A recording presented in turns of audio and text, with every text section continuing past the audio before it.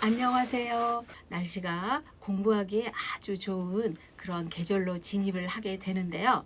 저는 여러분에게 그래서 라이브 커머스라는 이 실시간 방송을 통해서 온라인 클래스라던가 아니면 아카데미 등등을 소개하고자 이렇게 카메라 앞에 섰습니다. 여러분 지금 보고 계시는 책 제목이 뭔가요? 메타버스 세계의 융복합 컨텐츠죠. 그래요. 저는 이 책을 가지고 여러분과 함께 메타버스 아카데미를 운영하고 있고요. 그리고 메타버스 클래스도 동시에 운영하고 있답니다. 메타버스 아카데미와 클래스가 다른 점이 있냐고요? 다른 점은 거의 없지만 메타버스 클래스에서는 실습을 좀 중점적으로 진행을 하고 있고요. 메타버스 아카데미에서는 이론과 그리고 메타버스 세계의 융복합 컨텐츠가 가지고 오는 다가오는 메타버스 세계에 대해서 또 고민도 하고 그리고 대책과 또 그에 관련된 방안도 모색하는 그런 두 가지 측면의 같지만 약간은 다른 그런 형태의 수업을 운영하고 있으니 여러분이 메타버스라는 세계에서 융복합 컨텐츠를 가지고 나의 공간, 나의 스페이스를 더 중점적으로 만들어 보고 싶으신 분들은 제 기반의 내 메타버스 플랫폼을 공간을 구축하는 메타버스 클래스 수업을 신청을 해주시면 되겠고요. 그리고 메타버스 세계에서 살아가기 위한 방법들을 모색해보는 그런 수업을 원하신다면 메타버스 아카데미 신청을 해주시면 되겠습니다. 그러나 교재는 지금 여러분 눈앞에 이렇게 펼쳐지고 있는 메타버스 세계의 융복합 컨텐츠라는 이 책이 주 교재가 되니까요. 이 교재는 시중 서점, 인터넷 서점에 모두 나와 있기 때문에 여러분들이 반드시 구매를 한 다음에 수업에 참석하시면 되겠습니다. 그러면은 이 수업에 사용되는 이 교재가 궁금하시다고요? 무슨 내용인지 알고 싶으시다고요? 그래요. 그리고 또 여러분이 메타버스 하니까 용어는 많이 들어봤는데 메타버스가 과연 무엇이고 내가 과연 메타버스 플랫폼을 만들 수 있을까라는 두려움도 좀 있으실 텐데요. 걱정 마세요. 제가 여러분에게 메타버스 잽을 통해서 여러분들이 메타버스 플랫폼을 구축할 수 있도록 아주 친절한 그런 안내자가 되어 드리겠습니다. 그러면은 지금 여러분 눈에 보이는 메타버스 세계의 융복합 콘텐츠 이 내용을 여러분에게 알려드리면서 우리 수업이 어떻게 진행되는지 그 궁금증을 해소해보는 그런 시간으로 이 라이브 커머스 시작하겠습니다. 먼저 이 메타버스 세계의 융복합 컨텐츠는요 5분의 교수님들이 저술자가 되어서 책을 아주 실용적으로 만들었답니다. 그 내용 궁금하시죠? 그러면 제가 1장부터 큐레이터처럼 살짝 내용들을 큐레이션 해드릴게요. 그래서 여러분에게 메타버스 세계의 융복합 콘텐츠에 대해서 정보 전달자가 되어드리겠습니다. 그것도 핵심 정보 알려드리도록 할게요. 먼저 제 1장에 보면은 메타버스 개념이 소개가 되고 있거든요. 메타버스 개념은 우리가 가상과 현실 세계를 넘나드는 또 하나의 융합 공간이라고 말하잖아요. 그런데 그 융합 공간이 등장하게 된 배경이 과연 어떤 것인지 인문 사회학적인 관점에서부터 제 1장은 시작된답니다. 어떻게요? 짜잔 보시겠어요? 제1장 여기 보시면 메타버스의 개념과 인문사회학적인 이론들을 해가지고 메타버스를 태동한 등장 배경을 설명하고 있고요. 그렇다면 메타버스는 과연 무엇인가도 설명하고 있답니다. 이 메타버스 세계에 대해서 우리 메타 아시죠? 기존의 페이스북인데요. 거기에 마크 저커버그가 이렇게 얘기를 했답니다. 메타버스는 인터넷 클릭처럼 쉽게 시 공간을 초월해서 멀리 있는 사람과 만나고 또 새로운 창의적인 일을 할 수 있는 인터넷 다음 단계다 이렇게 얘기를 했대요. 그 내용을 바탕으로 해서 제1장에서는 이 메타버스 공간의 개념이 무엇인지를 설명을 하고 있고요. 또 여기에서는 메타버스가 가지고 온 최근에 그 메타버스 새로운 정의에 해당되는 제 개념에 대해서도 설명을 하고 있답니다. 메타버스는 스노우 크래쉬라는 소설책에서 시작이 되었죠. 이 책에 보면은 이런 내용들이 되어 있대요. 양쪽 눈에 서로 조금씩 다른 이미지를 보여줌으로써 3차원적 영상이 만들어졌다. 그리고 이 영상을 1초에 72번 바뀌게 함으로써 그것을 동화상으로 나타낼 수 있었다. 이 3차원적인 동화상을 한 엔딩 정도를 해상도로 나타내게 하면 여기에 선명한 그림이 되었다 이러면서 기존의 실사 그리고 가상현실의 공간 이것을 좀 더 선명하게 만들어서 3차원으로 표현해낸 그 공간의 이야기를 닐 스티븐스는 스노우 크래쉬라는 소설을 통해서 메타버스에 대해서 그 개념을 제시하기 시작을 했다라고 소개가 되고 있어요. 그러던 것이 이제 메타버스 공간에 대해서 증강현실, 가상현실, 거울세계, 라이프 로깅 이런 식으로 미국에 있는 비영리 기술 그 연구 단체 ASF라고 하는데요. 여기에서 2007년에 이렇게 메타버스에 대해서 개념 정의를 했다고 합니다. 증강현실은 현실 세계의 판타지를 결합한 몰입형 콘텐츠라고 얘기를 했고요. 또 가상현실은 현실에 없는 새로운 가상 공간에서의 활동 이렇게 정의를 했대요.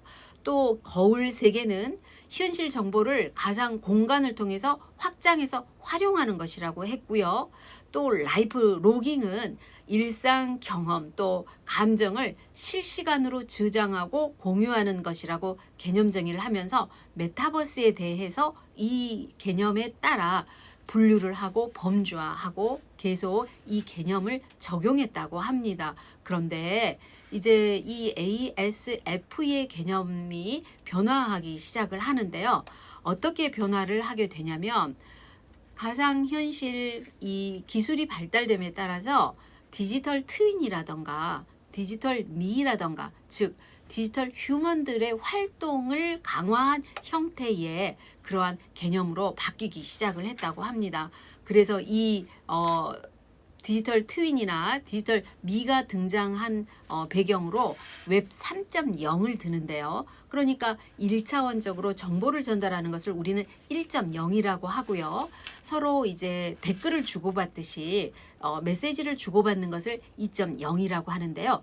이거를 웹 3.0에서는 메시지도 주고받고 또 영상도 제공하고 정보도 제공하고 그러면서 상호작용도 하면서 3차원 공간에서 이제 NFT라는 경제활동까지 가능하게 된 그러니까 웹상에서 서로 상호작용 플러스 알파로 경제활동을 할 수 있는 그러니까 결제 시스템이 되는 그러한 시대를 우리는 웹 3.0 하는데 이 웹 3.0을 구현할 수 있는 기술들이 발달하면서 메타버스의 개념이 가상과 현실을 융합하는 데서 나아가서 경제활동을 할 수 있다라는 데 초점을 두고 그 범주와 개념이 재정의가 되었는데요. 그게 바로 사용자가 콘텐츠 밖에서 활동할 수 있는 그러니까 XR 증강현실이죠. AR 증강현실이죠. XR은 혼합현실이기도 한데요. 이러한 것들이라던가 또는 디지털 미 해가지고 사용자가 콘텐츠 안으로 들어오는 그러니까 바로 하나의 그 디지털 휴먼들이 들어와서 활동하는 그리고 또 디지털 트윈 해가지고 실제 세계의 이 디지털 트윈을 활용하는 그러한 개념으로 재정의가 되었답니다. 그리고 또 하나 이제 거울 세계, 라이프 로깅, 증강현실, 가상현실 이러한 것들이 XR 또 VR 해가지고 버추얼이죠. 가상공간을 확장한 3차원 세계 이렇게 해서 기존의 네 가지의 개념이 XR, AR, XR, VR 그리고 디지털 미, 디지털 트윈 이렇게 개념이 재정의가 되고 있는데요. 이러한 것들이 메타버스에서는 경제 활동을 가능하게 해준다라는 것을 특징으로 하여 새롭게 정의가 된 것인데요. 여기에 아바타가 등장을 하였잖아요. 그래서 이 아바타를 생성을 해서 여기에서 게임, 쇼핑, 교육, 문화 등 다양한 분야에 활용할 수 있도록 되었기 때문에 이렇게 메타버스가 제 개념 되었다라고 설명을 하고 있어요. 그러면서 메타버스가 가지고 있는 특징들에 대해서도 설명을 하고 있는데요. 이러한 특징을 설명하기 위한 인문사회학적인 이론들을 여기에 제시를 하고 있는데 첫 번째는 등장 배경을 설명하면서 메타버스 안에 있는 존재에 대해서 실존주의에서 접근을 하고 있답니다. 그러니까 이 메타버스 안에도 아바타도 있고요. 또 거기에 구현하는 세계들이 있잖아요. 그래서 이 메타버스 세계를 실존주의로 접근하는 그런 시도를 하고 있기도 합니다. 인문사회학적인 관점에서 메타버스 세계를 보다 전문적이고 체계적으로 들여다보는 그런 측면이라고 할 수가 있겠는데요. 뿐만 아니라 여기에서는 메타버스에 우리가 들어가면 그 안에 아바타가 있는데요. 뿐만 아니라 그 아바타 속에서 또 무엇을 하죠? 서로 메시지를 주고받고 상호작용을 하잖아요. 그러한 상호작용을 하는 소셜 미디어의 역할을 하는데 예를 들면 싱가포르에서 출시한 몬디 같은 경우에도 우리나라의 싸이월드나 또 페이스북과 같이 그렇게 SNS 활동을 할 수 있는 그러한 그 메타버스 플랫폼들이 출시가 되었는데 바로 이러한 것들을 통해서 우리는 메타버스 세계를 들여다보는 실존주의로 설명할 수 있다라고 해서 그 메타버스 세계를 실존주의 관점에서 설명을 하고요. 그리고 또 이러한 것들을 사용함에 있어서 우리는 그 세계가 마치 현실 세계처럼 느껴지는 몰입을 하게 될 때 보다 더 가상과 현실에 융합되어 있는 그 공간 안에서 많은 활동들을 할 수가 있는데 이 몰입을 주는 그러한 요인은 무엇인지도 몰입 이론으로 다루고 있답니다. 그러니까 인문사회학적인 관점에서 메타버스 세계의 특징을 바라보고 있다라고 하겠는데요. 여기에는 메타버스 범주 가운데 우리가 일반적으로 교육의 효과가 아주 높을 것이라고 전망들이 되고 있으며 특히 이 교육 분야에서도 매우 다양하게 활용이 되고 있잖아요. 그래서 이것을 교육에 적합한 이론인 경험의 원추라는 이론으로 교육의 이 메타버스 세계는 효과가 극대화된다라는 것을 설명을 하고 있어요. 그러다 보니까 우리는 메타버스 개념이 최근에 재정의가 되면서 이제 메타버스가 활성화가 될 날을 기다리고 있는데 지금은 AI라던가 또 이러한 것들로 인해서 메타버스가 앞으로 더 활성화되기 시작할 거라는 전망들이 나오고 있는 그런 시점이거든요. 그래서 메타버스가 AI를 결합해서 교육에 좀 더 효과적이지 않을까 이런 전망들이 나오고 있는데 이것을 경험의 원추로 해서 설명을 하고 있답니다. 그러니까 경험이 가지고 있는 행동에서 관찰하고 그리고 성장하는 단계가 있는데 이 단계가 바로 그 내일이 말하는 경험의 원추 이론으로 설명할 수 있다라고 여기 설명이 되고 있어요. 그러니까 교육을 위한 행동과 상징 그 다음에 관찰해서 성장해 나가는 이 과정을 우리는 인문사회학적 관점에서 설명을 이 1장 챕터에서 하고 있기 때문에 교육 분야에서 메타버스 이 플랫폼이 사용이 된다면 정말 효과적이겠구나를 느끼게 된답니다. 그러면서 여기에 메타버스 공간에 대해서는 언어 이론으로 접근하면서 이 효과를 더 볼 수 있다라는 그런 소통 전략도 소개가 되고 있는데요. 그게 바로 메라이언의 법칙이에요. 이 메라이언 법칙은 청각과 또 시각적인 이런 요소뿐만 아니라 메시지 내용도 중요하다라고 보는 입장인데요. 교육 효과가 바로 그거잖아요. 청각과 시각 그리고 또 그 메시지와 논리라던가 이런 것들이 얼마나 생생하게 전달이 되는가, 그리고 사람들에게 호감을 주는가, 호감을 주는 요소들이 어떤 것인가, 이런 거에 따라서 커뮤니케이션이 보다 효율적이라고 설명하는 그런 이론인데요. 이 커뮤니케이션을 강화시켜주는 이러한 요소들이 메라이언 법칙에 의해서 메타버스 플랫폼이 가장 교육적으로 효과가 있다라고 보는 그런 입장인데, 이러한 것들을 이 책에서 1장에서 인문사회학적으로 접근을 하고 있답니다. 이렇게 되면 우리는 메타버스에 대해서 특징을 이렇게 인문사회학적인 관점에서 들여다보고, 그리고 메타버스 공간이 무엇인가 라는 궁금함을 어느 정도는 해소를 할 수가 있게 되겠죠. 그러다 보니까 이 메타버스 공간이 궁금해지기도 하고, 아, 메타버스 공간은 이렇게 설명할 수 있는 거야 라고 생각도 하면서 메타버스 공간을 조금 더 들여다보고 싶은 그런 호기심도 더 증가하는 것을 느낄 수 있는데요.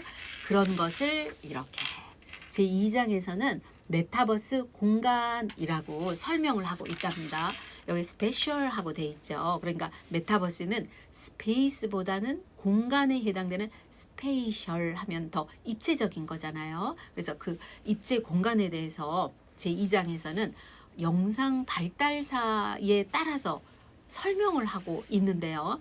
여기에 그 메타버스 공간이 공간의 변화가 일어났다라고 접근을 하고 있어요.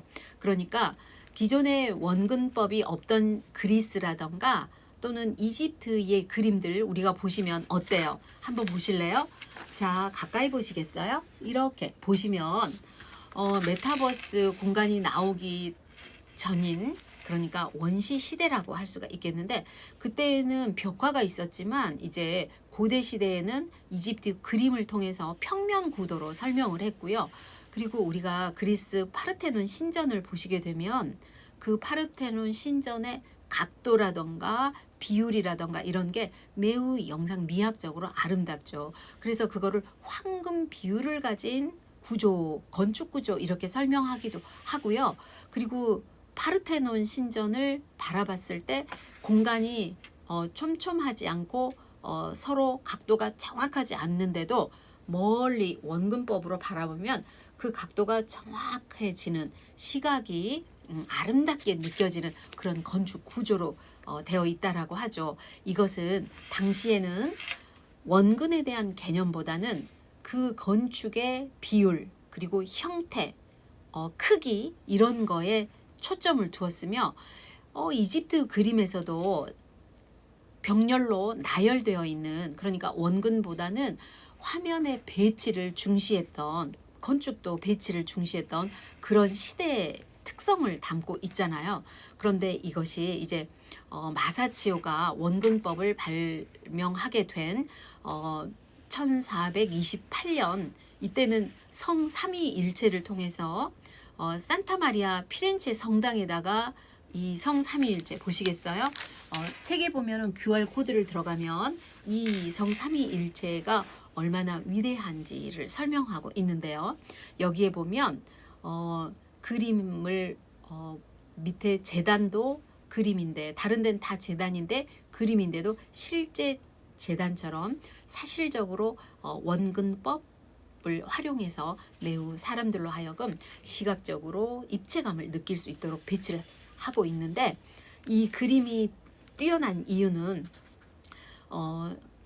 공간을 표현하고 있다라는 거예요. 그러니까 근경, 중경, 원경 해가지고 가깝고 멀고 그리고 어둡고 밝은 이러한 것들을 표현함으로 인해서 우리가 시각으로 보는 이 입체 세계를 비로소 원근법이라는 것으로 표현하기 시작한 최초의 그림이기 때문에 이 그림의 의의가 매우 큰데요. 이 원근법이 등장하면서 역시 회화의 회화의 변화가 사회 변화를 이끌게 된 그런 사례라고도 할 수 있겠는데요. 그러니까 원근법의 등장은 사람에 대한 관심으로 이어졌고, 이 사람에 대한 관심은 르네상스를 또 불러일으켰고요. 르네상스는 또 근대로 이끄는 그런 모티브가 된 그런 시대 사조라고 할 수가 있겠는데요. 이렇게 원근법이 사회에 영향을 주었는데, 이 원근법이 아날로그 시대를 쭉 관통해 오다가 디지털이 등장을 하면서 디지털이 가지고 있는 이제 기존의 아날로그 시대의 원근법이라던가 중앙 집권이라던가 이런 것들을 디지털이 등장하면서 공간을 확장하게 되었고, 그리고 이 공간 확장의 변화가 사회 변화까지 견인을 하게 되었는데요. 이 원근법이 표현했던 공간들은 그동안의 회화사에도 많이 표현이 되었지만 디지털이 되면서 디지털 특징이 반영된 형태로의 그런 회화 구조가 영상 변화로 나타나기 시작을 했는데요. 그렇게 되다 보니까 사회에도 디지털로 인한 모든 것들의 변화를 이끌게 되었다라고 할 수가 있겠습니다. 이것은 공간이 가지고 온 변화인데 영상 발달사적으로 디지털 공간이 가지고 온 변화가 사회 변화를 주도했다라고도 얘기할 수가 있겠습니다. 왜냐하면 디지털 공간은 우리가 포털을 들어가더라도 하나하나 검색해서 가는데 그 공간이 층위라고 해요. 그러니까 이 디지털 층위로 연결되는 하나의 공간을 레이어를 찾아서 들어가다 보니까 공간이 마구마구 확장이 되잖아요. 그러다 보니까 기존의 아날로그가 표현했던 이 원근법이 디지털 공간에서는 어느 정도 파괴가 된다라고 할 수가 있겠죠. 그래서 이 디지털 공간이 디지털 층위에 의하여 탈중심적으로 작용하게 되고요. 왜냐하면 공간을 자꾸 확장해서 찾아 들어가다 보니까 새로운 공간들이 자꾸 나오니까 집중하지 않아도 다음 공간에서 또 그 다음 공간으로 이동을 해 가면서 집중에서 벗어난 탈집중화, 탈중앙화의 과정을 거치게 되었다라고 하죠. 사회도 그렇잖아요. 그래서 중앙 집권에서 사회도 분산되기 시작하는 사회 변화까지 연결해서 설명을 하기도 합니다. 이런 그 디지털 레이어가 가지고 온 이 탈원근법적 현상, 이게 그래서 중요한데요. 예를 들면 디지털 카메라라던가 3D 스캐너나 이런 것들이 촬영을 하잖아요. 그러면 이것을 모델 2차원으로 다시 만들어 가지고 또 3D로 전환시키는, 그러니까 기존의 2차원으로 표현했던 것들이 원근법으로 구현이 됐는데 이 원근법을 다시 전환을 하게 되면 그 원근법이 사라지고 또 하나의 새로운 공간을 만들어내는 그런 현상들이 가능하기 때문에 디지털에 있어서도 원근법이 파괴된 그런 형태의 것들이 등장을 하고 있습니다. 그래서 탈중앙화, 탈원근법화를 디지털 공간이 만들어냈다라고도 분석을 하고 있기도 합니다. 뿐만 아니라 디지털 공간은 이제 가상과 현실을 접목하는, 융합하는 메타버스 공간을 만들어내게 됐는데요.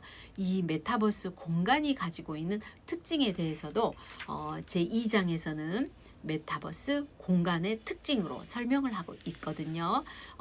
가장 대표적인 게 바로 클러스터, 무엇이죠? 네, 집적이라고 합니다. 지역을 모아놨다라는 건데요. 같은 분야끼리 모아져 있는 상태를 집적이라고 하는데, 이 메타버스에서의 집적을, 그러니까 현실 세계를 메타버스 공간으로 모아놓은 그러한 메타버스 플랫폼들이 등장을 했는데 그러한 것들을 디지털 테라포밍이라고 해요. 그래서 실제 그 백화점이라던가 실제 도시라던가 실제 박물관이라던가 이런 것들을 메타버스 공간으로 옮겨서 운영하는 그러한 디지털 테라포밍인데요. 그러한 것들을 설명을 하고 있고요. 메타버스 공간의 특징으로서 집적되어 있는 같은 것들이 모여 있는 형태로 메타버스 플랫폼을 만든 다음에 스페이스 공간을 확장해서 찾아 들어가는, 예를 들면 대학이라고 합시다. 예를 들어서 메타버스 시티라고 했을 때 메타버스 시티는 처음에 운동장을 비롯한 교정이 보이는 그 공간만 보여주는 게 아니라 메타버스 공간에서는 강의동이라던가 도서관이라던가 또는 학생회관이라던가 이런 공간들이 자꾸 이동하면서 새로운 공간으로 찾아 들어가잖아요.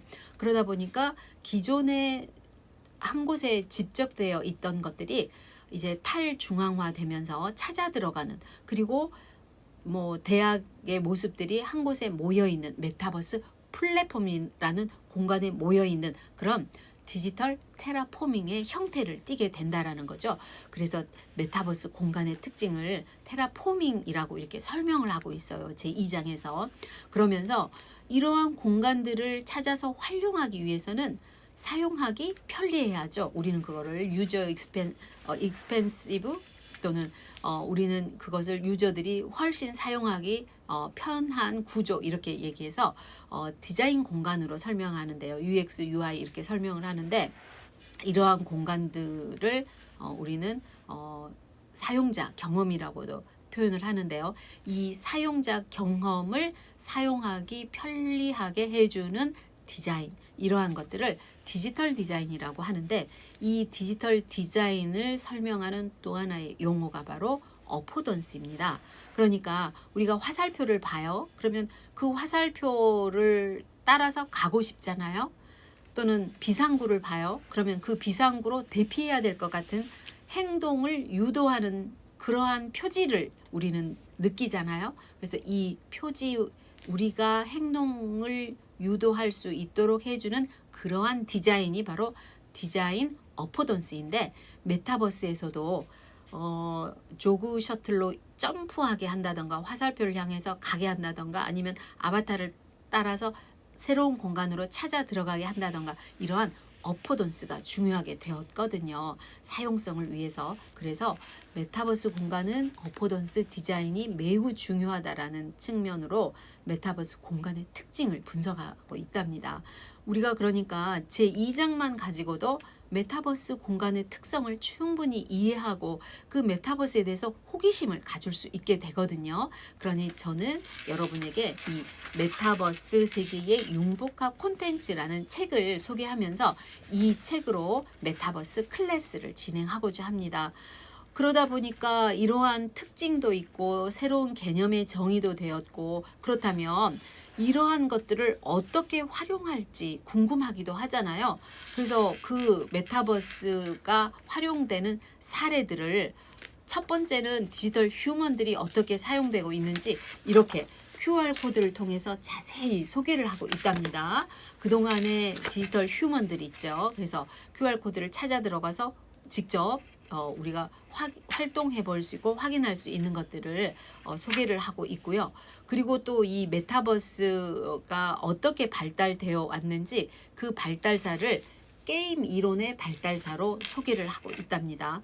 여기 QR코드들을 찾아서 들어가시면 메타버스가 어떻게 해서 발달되어 왔는지 그 사례들을 쭉 보실 수가 있고요.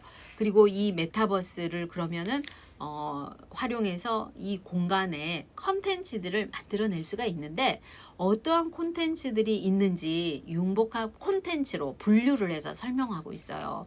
융복합 콘텐츠는 첫 번째로 이제 이 공간들이 만들어내는 재미와 결부한 형태의 공간들을 소개를 하고 있는데요.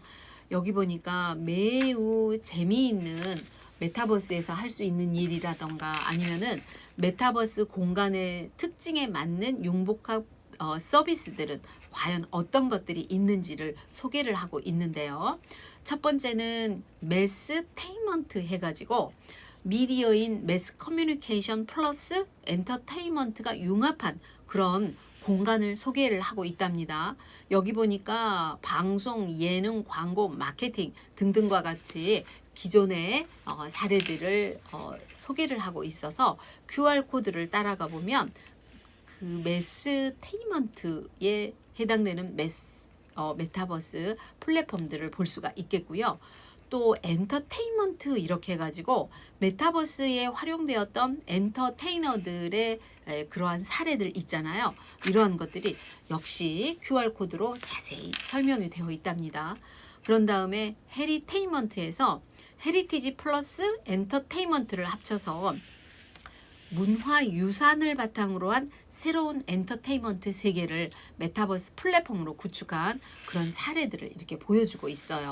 여기에는 도산서원이라던가 또는 그 실제 병산서원을 메타버스 월드에 병산서원으로 구축한 사례 이런 것들을 QR코드를 통해서 제시를 하고 있답니다.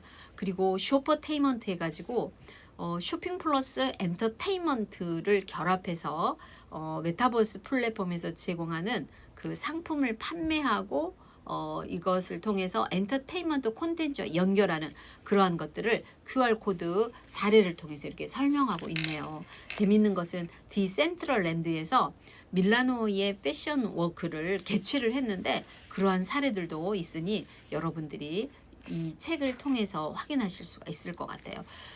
뿐만 아니라 라이프 엔터테인먼트 해가지고 여기에는 생활과 엔터테인먼트를 결합한 형태의 메타버스 플랫폼을 소개를 하고 있는데요. 여기에서는 이제 새로운 형태의 소통을 나타내는 그런 방식인데요. 여기에는 뭐 넷마블이 그 부동산을 통해서 이렇게 보드 게임과 같은 형태로 그 보드 게임을 실행해 보는 그러한 거라던가 아니면은 카이스트에서 메타버스 팩토리 해가지고 하노버의 산업 박람회에서 메타버스를 체험하는 그런 사례들을 이렇게 QR코드로 연결해가지고 우리가 체험해 볼 수 있도록 그렇게 사례가 제시되고 있고요. 싱가포르의 창의 공항이라던가 또는 NA 저축은행이 제페토이의 뱅크 월드를 개설했는데 그러한 사례라던가 또는 그 싱가포르의 은행에서도 버추얼 프로퍼티 투어 해가지고 부동산 소유자가 부동산을 메타버스에서 가상으로 체험하고 판매하는 이런 사례들을 소개를 하고 있네요. 여기 보시면은 이렇게 그 QR코드를 통해서 여러분들이 체험해 볼 수 있도록 그렇게 되어 있어요. 그래서 이 책을 통해서 여러분들은 재미있는 사례도 체험해 볼 수가 있겠네요. 그리고 메디테인먼트 해가지고 메디컬 플러스 엔터테인먼트에서 의료와 재미를 결합한 형태의 메타버스 플랫폼 소개를 하고 있거든요. 그러니까 여기에서는 경희대 병원이라던가 서울대 병원, 중앙대 병원이라던가 이런 병원들이 메타버스 플랫폼을 통해서 의료를 실시를 하고 있는 뭐 건강검진센터라던가 또는 해부학 구조물을 이렇게 학생들에게 교육용으로 보여주는 메타버스 그 커리큘럼이라던가 또는 병원에 직접 방문하지 않아도 상담이나 그 진료 절차들을 예약하고 의료 체험을 할 수 있는 이러한 것들을 메타버스 플랫폼을 통해서 제공한 이런 사례들을 볼 수가 있답니다. 뿐만 아니라 한림대 의료원이라던가 또는 그 세컨 라이프에서 가상세계에서 의료 진료를 하는 그런 사례들도 소개가 되고 있으니 여러분들이 이 책을 통해서 많은 것들을 체험하고 또 즐거움을 느끼실 수 있을 것 같아요. 그리고 저는 이 책을 통해서 여러분에게 실제 죄를 구축하는 그런 실질적인 즐거움도 드릴 수 있을 것 같아요. 우리 같이 메타버스 아카데미, 메타버스 클래스에서 재미있는 수업으로 만나기로 해요. 그리고 또 사례 중에 소셜테인먼트 해가지고 소셜 미디어와 엔터테인먼트가 합성해서 가상세계에서 다양한 소셜 활동을 즐길 수 있도록 이렇게 제공하고 있는데요. VR 챗이라던가 뭐 메타, 본디 또 렉룸 해가지고 여기에서는 가상현실과 일반 모바일 게임을 결합해서 메타버스 플랫폼에서 할 수 있도록 그런 VR 헤드셋이라던가 플레이스테이션이라던가 이런 게임들을 결합해서 할 수 있는 그런 사례들을 제시하고 있으니 어때요? 이 책을 통해서 여러분 즐거움 느끼시겠죠? 저랑 함께 메타버스 아카데미, 메타버스 클래스를 통해서 함께 하도록 해요. 그리고 또 이제 에듀테인먼트 해가지고 여기에서는 교육 플러스 엔터테인먼트를 합성해서 교육의 그 재미를 추구한 형태의 것들을 제시를 하고 있는데, 여기 보시면 각 대학들이 구축한 메타버스 플랫폼 제공이 되고 있고요. 또 이제 거버테인먼트 해가지고 거버넌트 플러스 엔터테인먼트에서 메타버스에서 구현하는 거버테인먼트, 정부가 가상 공간을 제공하는 그런 사례들인데요. 대화 도서관이라던가 서울시청 메타버스라던가, 또 프랑스에서 3D 시티를 제시하고 있거나, 또는 일본의 미래도시 뉴욕의 디지털 메타버스 플랫폼의 투어 모습, 이러한 것들을 체험을 할 수 있도록 QR코드로 제시를 하고 있네요. 그러고 보니까 많은 형태의 메타버스 플랫폼들이 분류가 되면서 소개가 되고 있어서 여러분에게 아주 유익한 그런 책이 될 것 같아요. 여러분은 이 책을 교재로 제가 채택을 했으니 메타버스 아카데미 메타버스 클래스에서 함께 그 즐거움 나누도록 해요. 그리고 이렇게 많은 플랫폼들이 있기 때문에 우리는 여기에서 홍보와 마케팅을 할 수가 있잖아요. 그래서 제3장에서는 이렇게 메타버스 마케팅이라는 챕터를 구축을 하여 마케팅이 과연 무엇이고, 그동안의 마케팅이 디지털 마케팅이 되면서 메타버스 마케팅으로 진화했는데, 그 메타버스 마케팅은 어떤 것들인지를 설명하고 있고요. 그리고 여기에서 메타버스와 그 제품 중심의 마케팅에서 고객 중심으로, 그리고 전통 마케팅에서 디지털로 이렇게 변화된 그 마케팅 변화를 설명하면서, 이제 마케팅 5.0 이렇게 하면서 인간과 기술이 융합한 형태의 메타버스 마케팅을 설명을 하고 있습니다. 그래서 메타버스 플랫폼의 마케팅이 얼마나 효율적인지, 그리고 그 마케팅이 어떻게 이루어지는지, 그 종류라던가 또는 마케팅을 구성하는 요소라던가, 그리고 실제 이 메타버스 마케팅이 어느 정도까지 와 있는지 하나하나 다루고 있고요. 여기에서 메타버스에 참여하는 기업들을 소개하거나 소비자들도 소개하면서 우리는 생태계를 말할 때 플랫폼, 또 네트워크, 또 유통 채널, 그리고 소비자, 이렇게 얘기를 하잖아요. 즉 메타버스의 생산과 제작과 소비자가 이제 그 플랫폼, 네트워크, 그리고 디바이스, 이렇게 변화된 이런 세계를 생태계 중심으로 설명을 하고 있습니다. 그러면서 여기에서 다루는 C, 콘텐츠는 무엇인가를 설명하고 있는데, 여기에 플랫폼, 콘텐츠, 디바이스, 소비자 등을 하나하나 그 구분해서 설명을 하고 있어요. 그러면서 이 콘텐츠에서 주목할 만한 게 을스2에서 이런 부동산을 사고 파는 그러한 내용들이 있는데, QR코드를 통해서 체험할 수 있도록 하고요.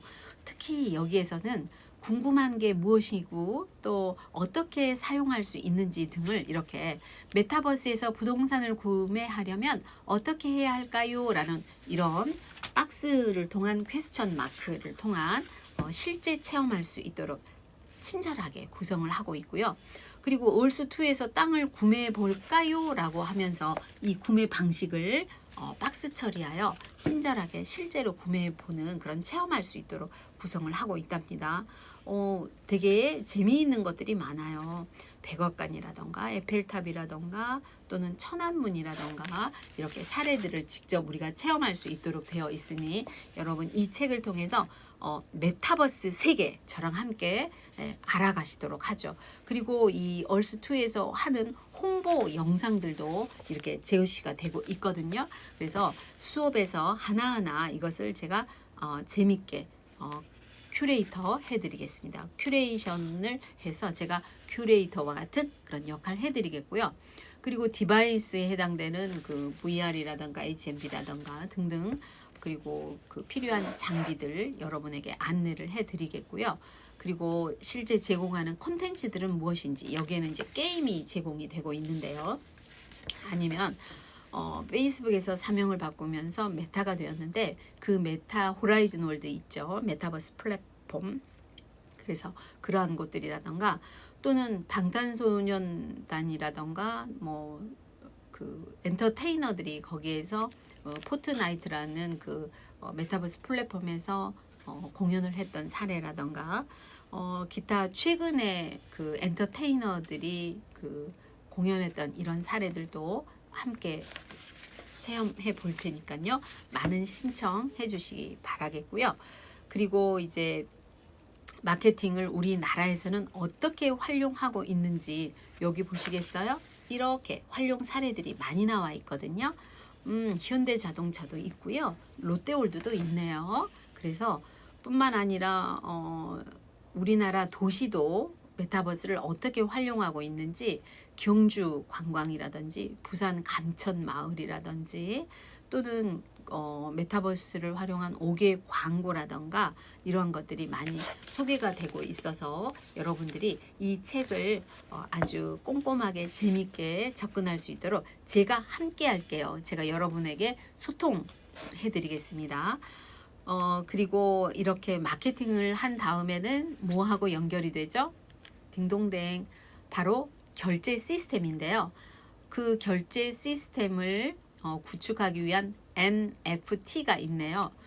그게 바로 대체 불가 토큰이잖아요. 그래서 우리가 지금도 어떤 물건을 사게 되면 그 물건에 대한 오리지널리티를 담보하는 NFT를 발행해 주는 경우가 있잖아요. 그래서 그 NFT를 통해서 그 거래가 될 수 있도록 하는 그러한 것들을 소개를 하고 있습니다. 그래서 NFT가 무엇이고 그거를 사용했을 때 특성은 무엇이고 그리고 또 어떻게 사용할 수 있는지 그리고 이 NFT가 펼쳐나가는 이 생태계 그러니까 마켓플레이스잖아요. 그래서 이런 마켓플레이스라던가 그런 구성 요소들을 여기 보면 인프라나 마켓플레이스 또 금융이죠. 디파이라던가 또는 게임이라던가 스포츠라던가 이러한 구성 요소들을 다 소개를 하고 있어요. 그리고 여기에 메타버스에서 그 수집해서 인증해 줄 수 있는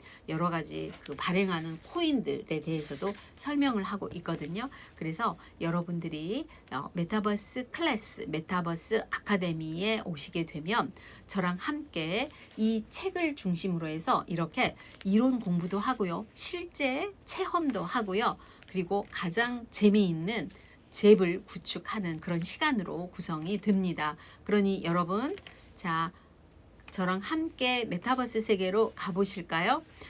그리고 여기도 보니까 실제 발행했던 그 NFT 토큰들 사례를 설명하고 있어서 우리는 또 체험해 볼 수가 있겠네요. 그리고 제4장에서는 메타버스 플랫폼이 현재 가장 효과를 보고 있다라는 분야인 메타버스와 교육을 다루고 있습니다. 메타버스와 교육에서는 이 교육을 재미를 통해서 효과를 높일 수 있는 이론들을 설명하고 있는데요. 첫 번째는 다중이론이죠. 그래서 다중지능 이론 그리고 재미를 통해서 교육의 효과가 높다라고 하는 로제 콰이어의 놀이 이론 이런 것들을 인문사회학적인 배경으로 제시를 하면서 메타버스 플랫폼이 재미를 결합하여 교육의 효과가 높다라고 설명을 하고 있습니다. 그러면서 이러한 것들을 위한 방법론 툴들이 필요한데 그러한 툴들을 여기 여러분이 보시면 자 보시겠어요? 메타버스 플랫폼을 활용해서 각 대학들이 교육에 활용하고 있는데 이렇게 메타버스 게더타운 이런 걸 통해서 실제 교육이 이루어지고 있는 사례들 설명을 하면서 메타버스를 활용한 교수법을 소개하고 있어요. 여기에는 PBL이라고 그래서 문제 해결하는 그 방법이죠. 그래서 그 학생들의 개별 학습하고 협동 학습을 바탕으로 해서 해결 방안을 서로 토론하는 학습자 중심의 그런 교수 설계 방법인데 그 PBL에 대해서 설명하고 있어요. 그래서 PBL이 과연 어떤 특징들이 있는지, PBL은 그거잖아요. 문제 해결을 하겠다라는 그런 방식이기 때문에 토론을 통해서 진행이 되는데, 그 문제 중심의 학습 모형을 제시하고 이걸 메타버스 플랫폼에서 어떻게 해결해 나가는지 그 방법들을, 그 전략들을 소개를 하고 있답니다. 그러면서 그 활동 사례들을 QR코드로 제시하면서 실제 들어가서 체험해 볼 수 있도록 하고 있으니까요. 이 책은 매우 유용하다고 할 수가 있겠네요. 여기 이렇게 보시면 사례들을 소개를 하고 있고요. 그리고 또 여기 그 메타버스 교수 학습법 가운데 패들렛 있잖아요. 이 패들렛은 하나의 작업 공간에서 많은 사람들이 동시에 들어와 가지고 접착식 메모지를 붙여 놓은 그 작업이 가능하도록 만들어낸 그 웹 애플리케이션인데요. 앱인데요. 이 패들렛이 가지고 있는 특징들을 소개를 하면서 패들렛을 활용하는 방법들을 안내하고 있습니다. 역시 QR코드를 통해서 어떻게 이렇게 그 메모지가 만들어지고 이것들을 어떻게 저장해서 어떻게 활용하는가에 대한 그런 어플리케이션 앱을 소개하고 있는데요. 여기에도 QR코드를 통해서 패들렛에 들어가고 만들고 활용하는 방법들이 소개가 이렇게 되고 있기 때문에 여러분들이 이 수업을 통해서 특히 이 메타버스 세계의 융복합 콘텐츠라는 책을 통해서 여러분들은 정말 실제 체험처럼 실제 활용해 볼 수 있는 그런 시간이 될 것입니다. 그러니 여러분 저랑 함께 메타버스 아카데미에서 만나요. 자, 보시겠어요?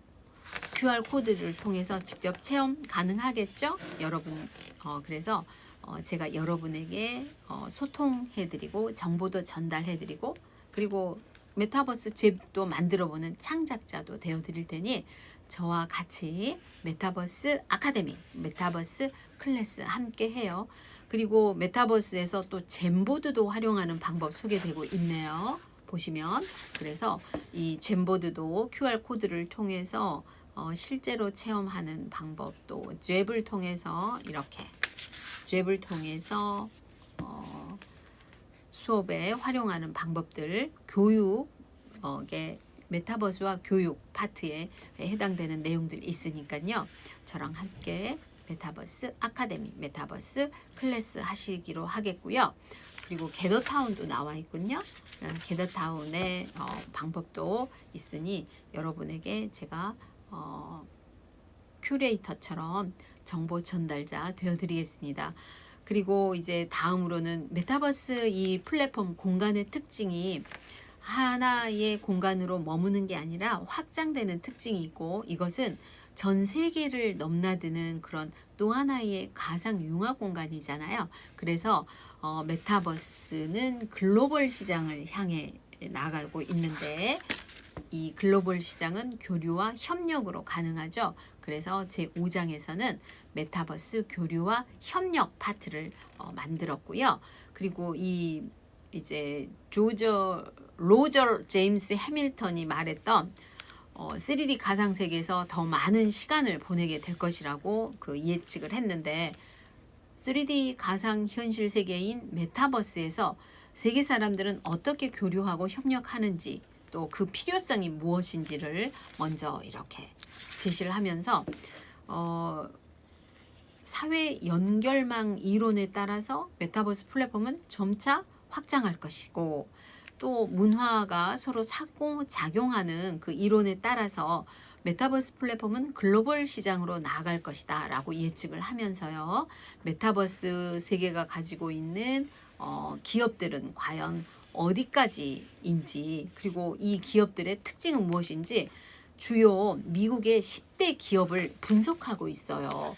특히 그 SWOT라는 미국 메타버스 10대 기업들을 기업 분석 툴을 통해서 이렇게 보시겠어요?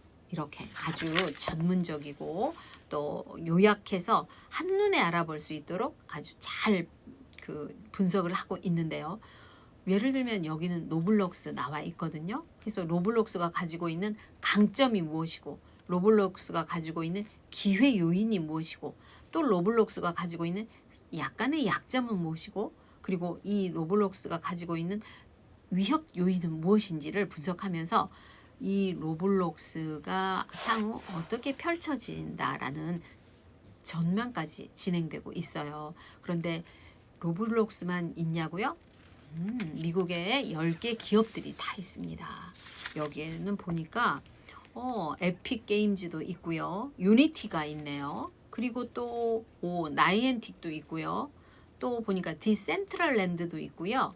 그리고 또 보니까 하이피델리티 있어요. 여기에서도 이렇게 출처를 링크함으로 인해서 들어가 볼 수 있도록 그렇게 돼 있고요. 또 더 샌드박스도 있네요. 그리고 또 보니까 여기에 세컨 라이프도 있어요. 그리고 또 VR 챗도 있네요. 그리고 메타까지. 그리고 이 메타에 대한 수학 분석을 잠깐 보니까 메타는 강점이 인공지능과 머신러닝 분야에서 높은 수준의 기술력이라고 되어 있어요. 그리고 다양한 전문가도 있고 글로벌 네트워크도 있고, 이건 강점인데, 또 기회가 되는 요인도 성장의 잠재력이 높고 글로벌 시장으로 확장되고 있으며 인공지능이나 가상현실 기술 분야가 뛰어나다라는, 그래서 다양한 수익 모델을 낼 수 있는 그런 기회 요인이 있다고 분석이 되고 있는데, 반면에 약한 부분은 사용자에 대한 프라이버시나 데이터 보안이 약하다는 점, 그리고 서비스가 중단되거나 성능이 문제화될 수 있고, 또 보안 문제에 따른 인프라 구축, 이런 문제들이 있다라고 그 약점 요인을 소개하고 있고요. 그리고 또 위협이 되는 부분 역시 기술적인 문제, 보안 문제, 또 식별되지 않는 위험, 이런 요인들이 있어서 이런 요인을 극복해야 된다라고 이 기업에 대한 분석을 통해서 메타버스 플랫폼의 향후 전망들을, 그러니까 글로벌 시장에서 교류와 협력을 위한 그러한 진단을 하고 있네요. 매우 전문적인 그러한 내용이 있지만 쉽게 우리가 이 내용을 숙지해서 이 기업들을 알아볼 수 있도록 이렇게 표로 묶어서 제시하고 있어서 아주 일목요연하다는 걸 느낄 수 있겠는데요. 이러한 것들을 제가 여러분과 함께 알아가도록 하겠습니다. 그리고 중국에도 똑같이 이 그 메타버스가 활성화되고 있는데 기업들을 분석하고 있어요. 그래서 중국의 그 메타버스 정책에 대한 거라던가, 아니면은 중국의 메타버스 관련 기술의 발달 현황이라던가, 그리고 또 중국의 10대 기업은 무엇인지 분석을 하고 있는데, 텐센트라던가 또는 화웨이라던가 알리바바, 바이두, 유명한 기업들이죠. 그리고 왕이, 또 바이트댄스, 그리고 또 미하유 릴리스, 우리가 들어봤던 샤오미, 또 JTE라던가 미국의 대체적으로 유명한 10대 기업들을 이렇게 그 특징들을 파헤쳐서 소개를 하고 있는 걸 볼 수가 있습니다. 이렇게 되면서 중국에서는 메타버스를 어떻게 활용하고 있는지, 스마트 교육에 활용하는 사례라던가 또는 문화 관광이라던가 이런 것들을 매우 자세히, 또 소셜 게임 이런 데까지 자세히 소개를 하고 있네요. 따라서 향후 이제 이 메타버스가 우리나라와는 어떤 중국의 메타버스의 차이는 있는지도 설명하면서 메타버스 시대를 전망을 하고 있어서 매우 전문적인 그런 챕터가 된다라고 할 수가 있겠습니다. 결국은 메타버스는 지금 AI와 함께 앞으로도 더욱 발전될 것으로 지금 전망이 되고 있는데요. 그렇다면 우리는 이 메타버스 공간에서 어떻게 살아가야 하는지도 궁금하잖아요. 그래서 제 6장에서는 이렇게 메타버스 공간에서 살아가기라는 챕터를 통해서 메타버스 공간을 분석하고 있습니다. 가상과 현실이 융합된 신세계 속으로 우리는 살아가게 될 것이라고 전망을 하면서 메타버스 패션 위크를 통해서 실제로 어떻게 우리는 메타버스 공간을 활용하는지 보여주고 있고요. 그리고 이렇게 많은 활용을 하고 있기 때문에 도시에서는 디지털 트윈이라던가 도시 자원관리라던가 도시 거버넌스라던가 도시 관광 그리고 도시 기후 변화 등을 이렇게 메타버스 플랫폼을 통해서 활용하고 있기 때문에 이 공간이 활성화되기 위해서는 어떤 문제점들이 이슈가 되는 점들이 있는가도 다루고 있는데요. 역시 공간 활성화를 위해서 법률적인 쟁점을 다루고 있네요. 예를 들면 특허권이 과연 메타버스 내에 구현된 물건이 저작권의 침해가 되는지의 여부 등을 다루고 있어요. 여기 보시면 실제 물건과 기존의 특허권과 메타버스에 구현된 공간에서의 그 특허권은 어떻게 다른지, 그리고 상표권이라고 해서 실제 증상품이 메타버스에서는 상표권으로서 어떻게 구현되고 있고 이것이 지적재산권에 어떻게 영향을 주는지 등등을 다루고 있거든요. 뿐만 아니라 디자인권도 다루고 있고요. 또 저작권도 다루고 있습니다. 그래서 저작권에는 실존 인물이나 장소 등을 메타버스에 구현했을 때라던가 또는 안무나 몸짓 등을 메타버스에 구현했을 때 또는 보니까요 메타버스에서 공연이나 콘서트를 했을 때 이걸 개조했을 때 침해가 되는지의 여부 그리고 메타버스에서 NFT 실제 결제 시스템을 통해서 경제 활동을 했을 때에 이런 저작권의 침해는 없는지 등등을 이렇게 자세하게 다루고 있습니다. 그래서 우리가 메타버스 세계에서 생각해 볼 수 있는 법률적인 관점과 법률적인 이슈들을 제6장에서는 다루고 있고요. 아주 그 일목요연하게 묘사를 하고 있습니다.